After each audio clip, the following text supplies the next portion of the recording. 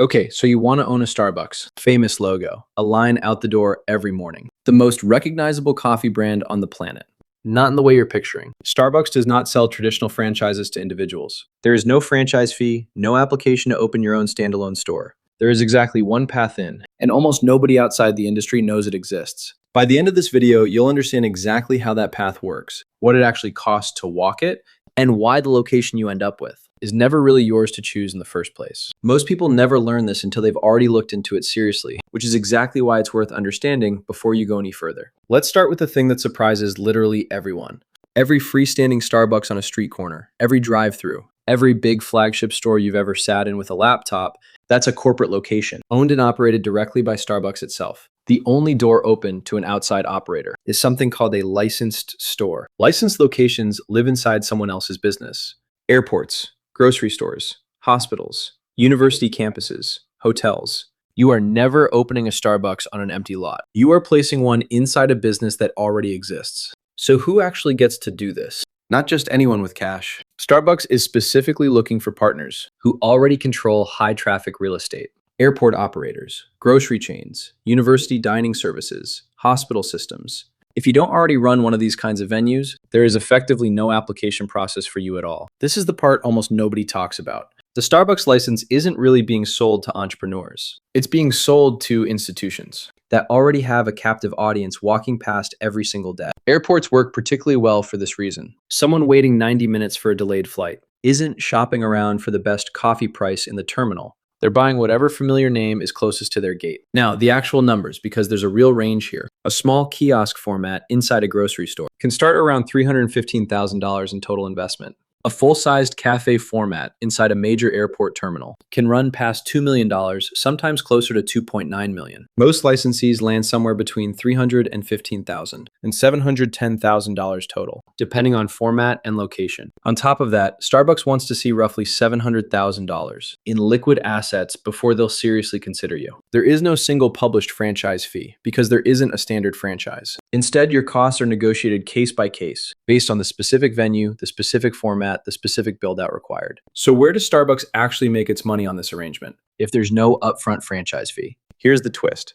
Under the license model, Starbucks earns a margin on every branded product and supply it sells to you.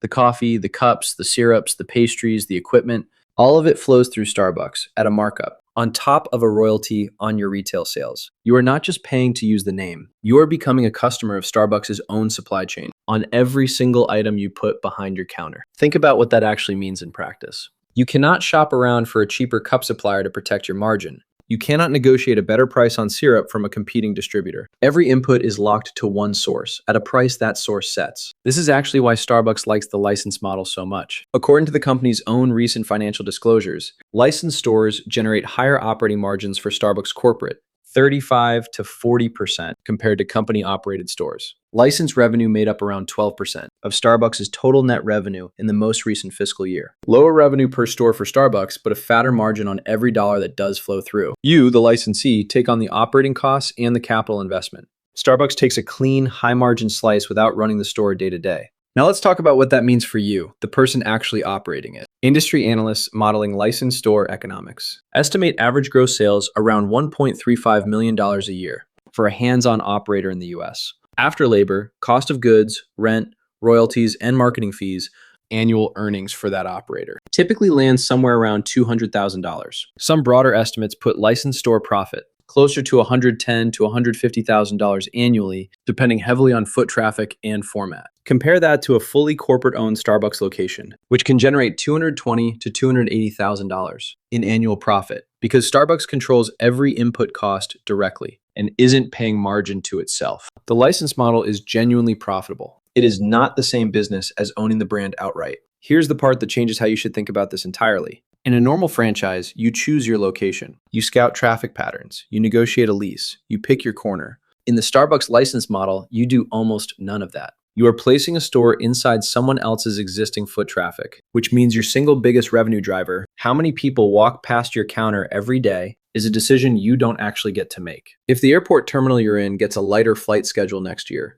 Your sales drop, and there is nothing you can do about it operationally. If the grocery store you're attached to loses shoppers to a competitor across town, your Starbucks feels it immediately, even if your own operation is running perfectly. You are renting someone else's crowd. And crowds are not guaranteed. Let's talk about the ongoing obligations, because they're stricter than most licensing deals. Every product you sell has to meet exact Starbucks brand and quality standards. Staff training follows the same playbook as corporate locations. Store design, down to the layout and the lighting, follows Starbucks specifications, which means periodic remodel requirements. Whenever the corporate brand refreshes its look, paid for by you, not by Starbucks. There is genuinely no negotiating this part. The brand consistency that makes Starbucks valuable everywhere is the same reason you have almost no creative control over your own store. You're maintaining a corporate identity you don't control the direction of. Inside a building you don't own, using a customer base you don't generate yourself. There's also a labor dimension worth understanding, even though it plays out differently for licensed operators than for corporate stores. Corporate Starbucks locations have spent recent years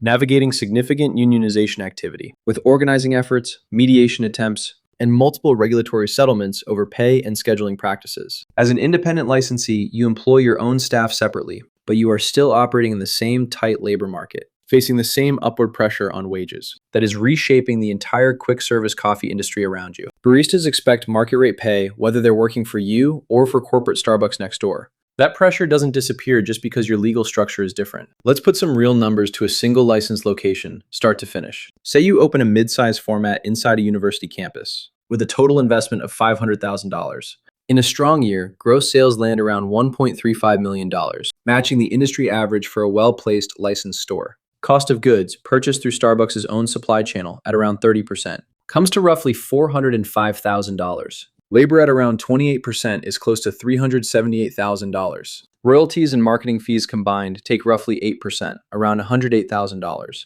Rent and venue fees to your host institution, plus general overhead, might total $160,000 for the year. Add that up and your total costs are approximately $1,051,000. Against $1.35 million in revenue, that leaves you around $299,000. Before accounting for financing on your original investment. After debt service on that $500,000 build out, a real take home closer to $180,000 to $200,000 is a genuinely strong, achievable outcome in a good year. That's a real, comfortable living for someone already positioned inside the right kind of venue. Now, the realistic scenario, because a licensed store carries a very specific risk. Say the university you're attached to renovates its student center the following year, rerouting foot traffic away from your location for several months. Or the airport terminal gets a new gate assignment structure that quietly shifts passenger flow to a different concourse. None of this is your fault. None of it shows up on your own operating spreadsheet as a mistake. Gross sales for the year come in around $1 million instead of $1.35 million. Your fixed obligations, rent, royalties, mandated staffing minimums,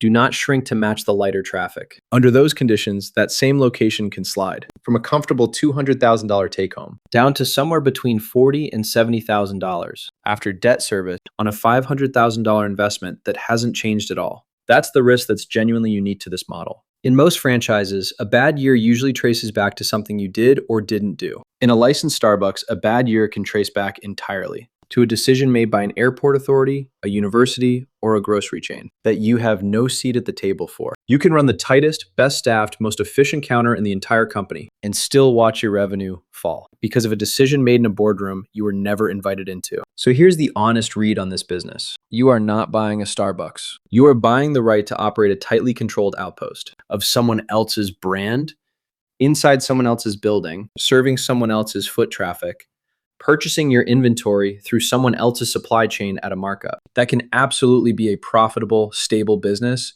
especially if you already control the kind of high traffic venue Starbucks wants to be inside of. But if you're picturing yourself picking a corner, building a store, and owning the outcome, that version of this business simply does not exist. The green logo is available to you. The independence that usually comes with owning a business is not. If that trade sounds fine to you, this can be a genuinely solid path. If it doesn't, it's worth knowing that before you spend the $700,000 finding out.